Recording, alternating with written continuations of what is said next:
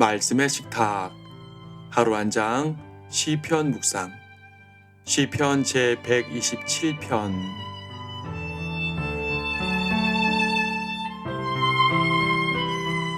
127편 1절 말씀을 보도록 하겠습니다. 주께서 집을 짓지 아니하시면 집을 짓는 자들의 수고가 헛되며 주께서 성읍을 지키지 아니하시면 파수꾼의 깨어있음이 허사로다. 마치 전도서의 한 부분을 보는 것 같습니다. 하나님 없이 사는 인생이 헛되다는 진리를 잘 보여주는 말씀입니다. 열심히 일하면 수고에 대한 보상을 받아야 되는 게 당연하지만 오늘날 세상은요, 그 당연한 것도 당연치 않게 되는 것이 현실입니다.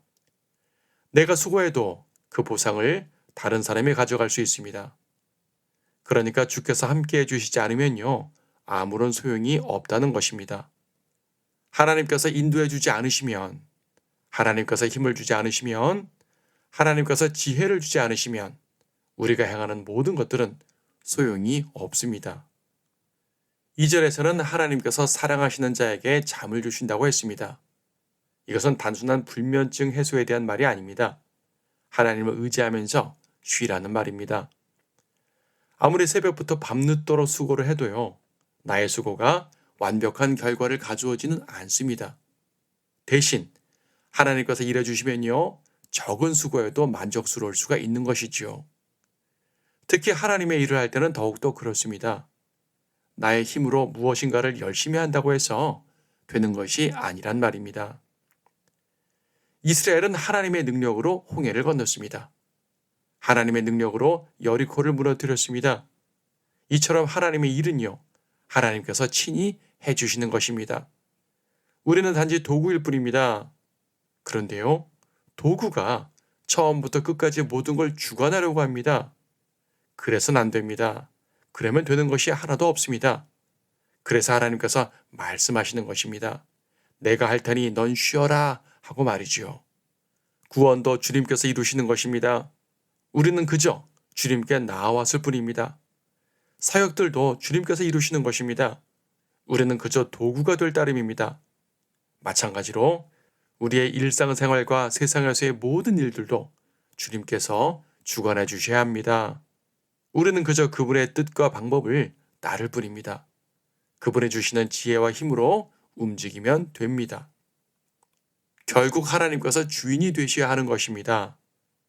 특히 3절에서 5절 보면 가정, 그 중에서도 자녀에 대한 축복을 말씀하고 있는데요. 이것은 우리 삶의 가장 기본 단위인 가정에서부터 하나님이 주인이 되셔야 된다는 것을 말해주고 있습니다. 자녀들을 주님께 맡겨야 합니다. 이 시가 솔로몬을 위한 노래라고 되어 있는데 솔로몬 역시 이에 대해 실패했음을 우리는 잘 알고 있습니다. 그만큼 하나님을 의지하는 것은요, 매우 중요한 일입니다. 하나님의 법칙에 따르면요, 수고에도 은혜가 작용합니다. 창세기 3장에서 금지된 열매를 먹은 이후 하나님께서는 인간에게 수고와 노동이라는 짐을 주셨습니다. 하지만 자애로운 하나님께서는요, 그마저도 안타까우셨나 봅니다. 그래서 그분의 자녀들의 수고를 직접 가져가시는 겁니다. 그분만을 의지하라 하면서 친히 앞서가시는 것입니다. 우리 앞서가셔 싸워주실 테니 우리는 그저 따라오라고 하십니다. 그래서 주님을 따라가는 모든 길이 은혜인 것입니다.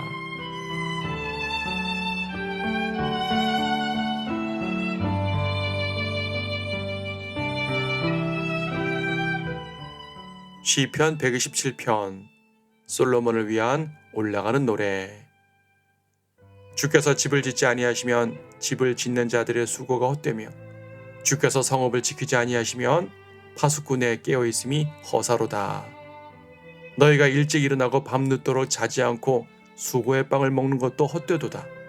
그러므로 그가 자기의 사랑하시는 자에게 잠을 주시는도다. 보라, 자네들은 주의 유업이요 태의 열매는 그의 보상이로다. 화살들이 용사의 손안에 있는 것 같이 젊은이의 자녀들도 그와 같도다. 화살통에 화살을 가득 채운 사람은 행복하나니 그들이 부끄러워하지 아니하고 성문에서 원수들과 말하리로다.